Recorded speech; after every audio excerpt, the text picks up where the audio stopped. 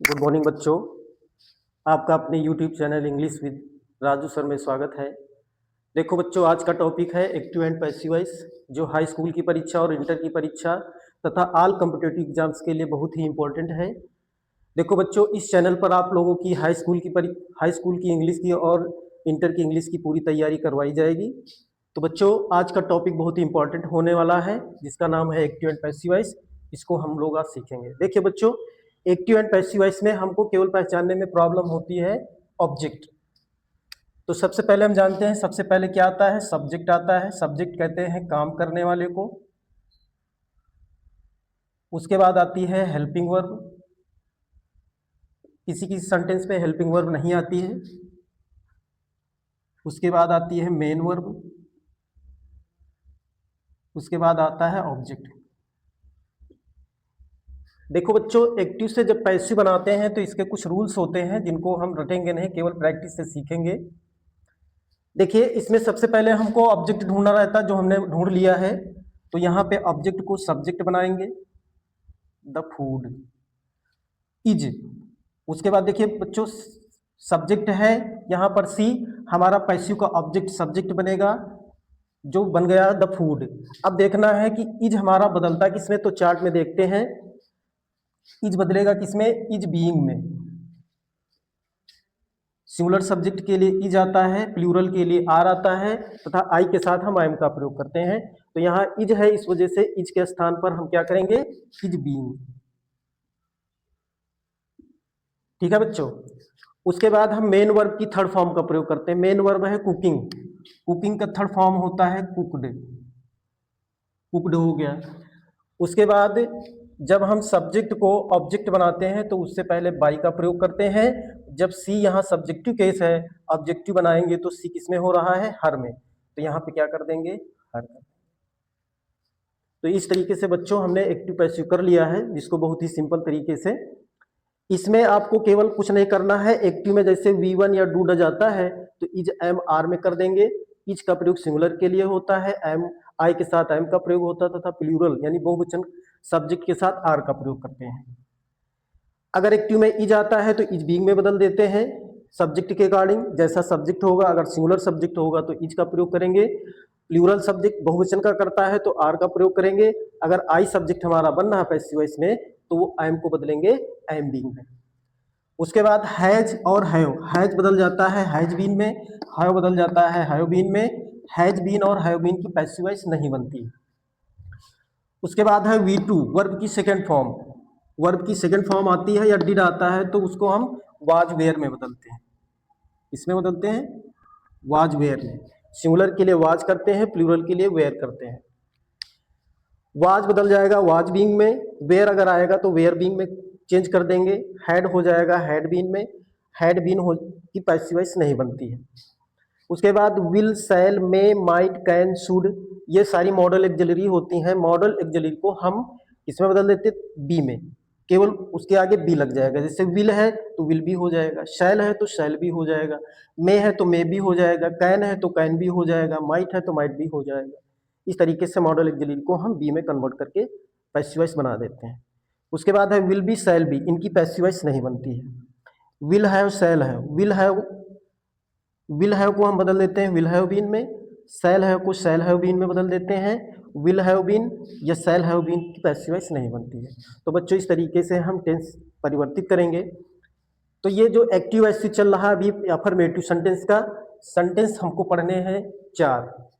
Imperative sentence अलग है, उसको बाद में देखेंगे। दूसरा है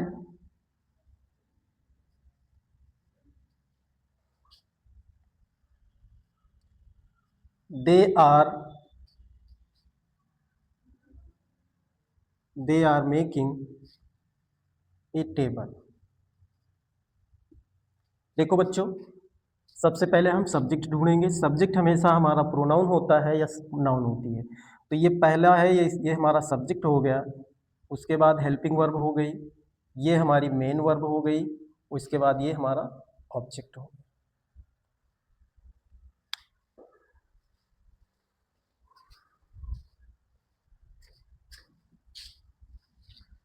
तो बच्चों, इसकी पैसिव वॉइस बनाएंगे। सबसे पहले ऑब्जेक्ट को सब्जेक्ट बनाएंगे, ए टेबल पहले लिख देंगे। ए टेबल, ए टेबल यहाँ सिंगुलर है, एक वचन का करता। हेल्पिंग वर्ब आर है, तो आर किस में बदलता है? इज बीइंग में, एम बीइंग में, आर बीइंग में। तो हम सब्जेक्ट के अकॉर्डिंग इसको बदल देंगे। यहाँ ए टेबल सिंगुलर है, इसलिए ये बदल जाएगा इज बीइंग में। इज बीइंग, वर्ब की थर्ड फॉर्म हो जाएगी मेकिंग का मेड।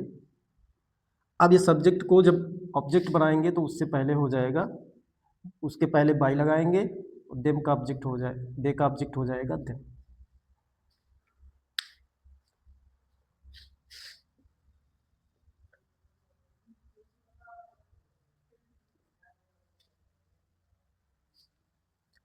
देखिए बच्चों, एक्टिव पैसिव में कुछ नहीं, केवल जो है टेंस का एक्टिव पैसिव बनता है। एक सेंटेंस समझ में आ गया तो सारे हो जाएंगे।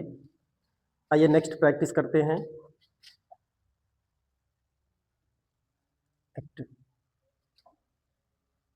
वी हैव सीन द ताज। फिर से बच्चों उसी तरह देखेंगे। सबसे पहले ये क्या है? सब्जेक्ट है। हैव क्या है? हेल्पिंग वर्ब है। सीन क्या है? मेन वर्ब है। द ताज क्या है? ऑब्जेक्ट है। तो पैसिव वॉइस में सब्जेक्ट क्या बनेगा? ऑब्जेक्ट। ऑब्जेक्ट क्या है? द ताज। उसके बाद हेल्पिंग वर्ब यहाँ पे हैव आ रहा है, तो हैव किस में बदलता है? हैव बदल जाता है हैज बीन में या हैव बीन में। तो यहाँ पे सिंगुलर सब्जेक्ट है, इसलिए यहाँ पे आ जाएगा हैज बीन। हैज बीन क्यों आया? क्योंकि यहाँ करता हमारा एक वचन का है, एक वचन के लिए हैज का प्रयोग होता है, बहुवचन के लिए हैव का प्रयोग होता है, तो हैज बीन में हो जाएगा। यहाँ पे ऑलरेडी जो है थर्ड फॉर्म है सीन। अब इसको सब्जेक्ट को ऑब्जेक्ट बनाएंगे तो उससे पहले बाई लग जाएगा, by S.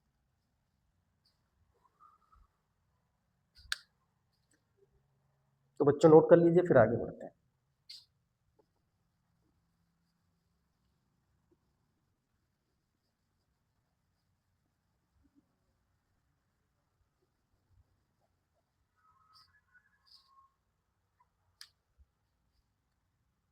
Next example, Sheela washed her clothes।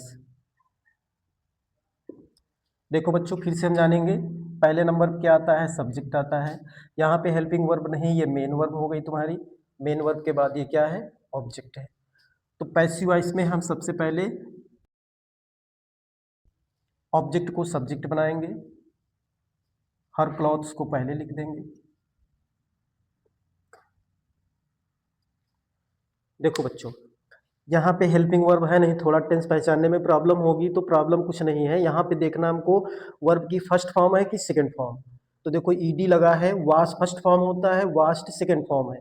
तो सेकंड फॉर्म किस में बदलता है? वाज वेयर में। तो यहाँ पे क्लॉथ्स है, बहुत सारे कपड़े हैं, इस वजह से हम यहाँ पे वेयर का प्रयोग करते हैं, वेयर। अब वर्ब की थर्ड फॉर्म ऑलरेडी वाश्ड होती है। अब सब्जेक्ट को ऑब्जेक्ट बनाएंगे तो उससे पहले बाय लगा देंगे, बाय है।